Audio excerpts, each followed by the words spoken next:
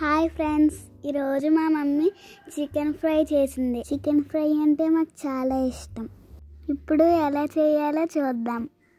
ఒక గిన్నెలో చికెన్ తీసుకొని అల్లం వెల్లుల్లి పేస్ట్ చికెన్లో వేసుకోవాలి. 2 స్పూన్లు పెరుగు వేసుకోవాలి. కొంచెం కారం వేసుకోవాలి. కొంచెం ధనియాల జీలకర్ర పౌడర్ వేసుకోవాలి. ఇప్పుడు కొంచెం పసుపు వేయాలి. ఇప్పుడు ఉప్పు కొంచెం వేయండి.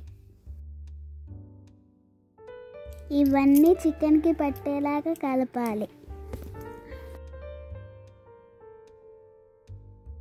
మూత పెట్టి అరగంట పక్కన ఉంచుకోవాలి. అరగంట తర్వాత స్టవ్ మీద కళాయి పెట్టి నూనె వేసుకోవాలి. నూనె వేడయ్యాక చికెన్ దాంట్లో వేయాలి. ఇప్పుడు చికెన్ అంతా కలపాలి.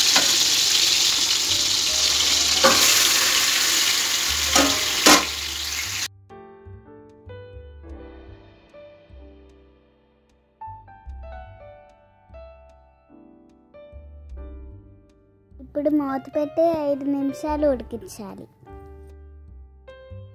5 నిమిషాల తర్వాత మూత తీసి కలుపుకోవాలి.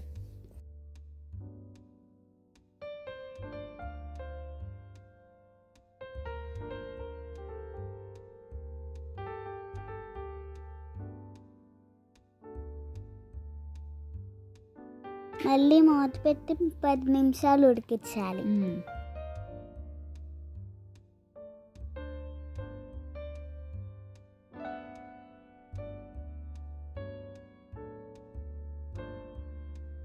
కొంచెం గరం మసాలా వేయాలి.